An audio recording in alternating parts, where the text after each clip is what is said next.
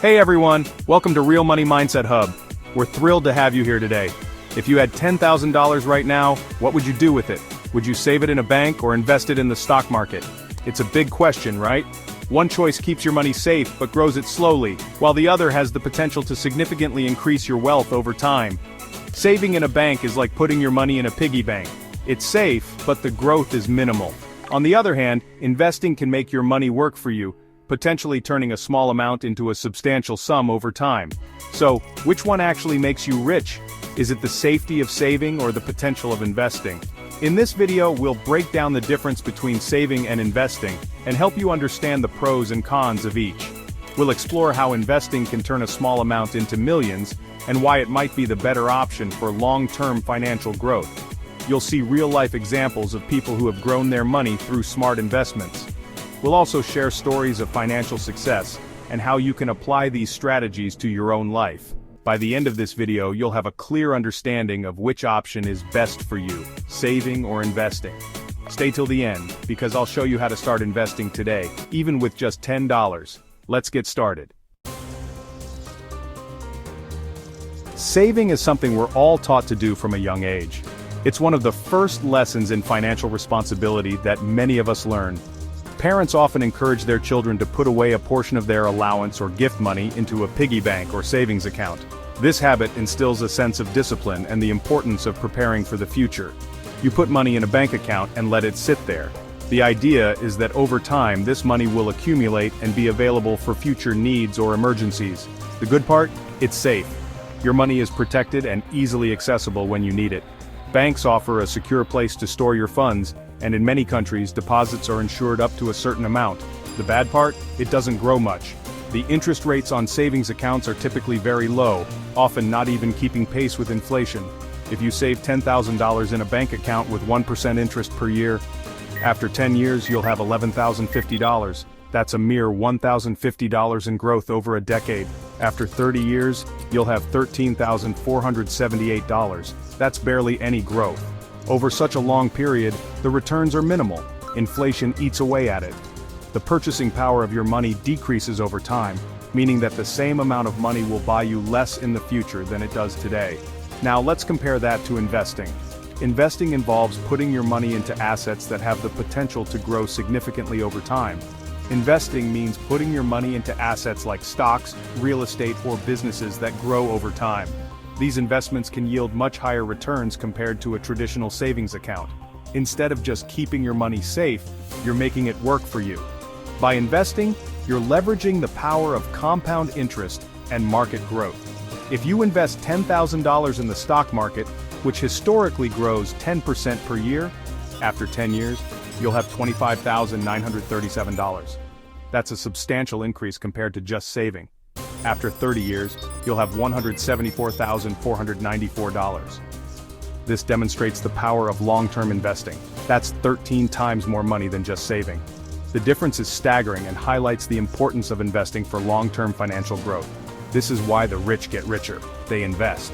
By making smart investment choices, they grow their wealth exponentially over time. Let's take two friends, Alex and Ben. Alex puts $200 per month in a savings account with 1% interest. Ben invests $200 per month in the stock market, growing at 10% per year. After 30 years, Alex has $83,000, Ben has $394,000. That's a difference of over $300,000. This is the magic of compound interest. The longer you invest, the faster your money grows. If investing is so powerful, why do most people just save money instead? It's a question that puzzles many. Despite the potential for higher returns, the majority of people prefer the safety of a savings account. Fear of losing money. People worry about market crashes. The volatility of the stock market can be intimidating, and the fear of losing hard-earned money keeps many from investing. Lack of knowledge. They don't know where to start.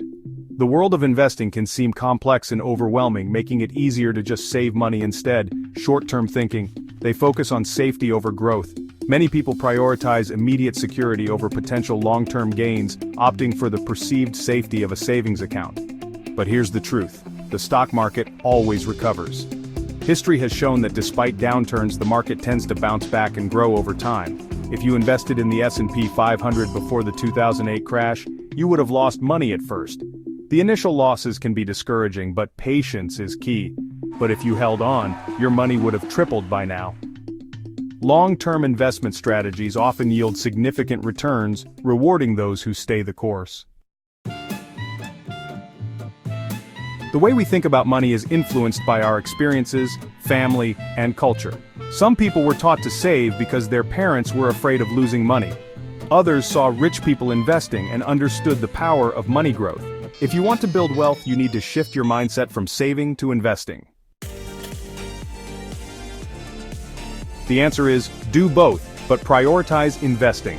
Use saving for short-term goals like an emergency fund of 3 to 6 months of expenses, a down payment on a house, or any money you'll need in the next 1 to 3 years.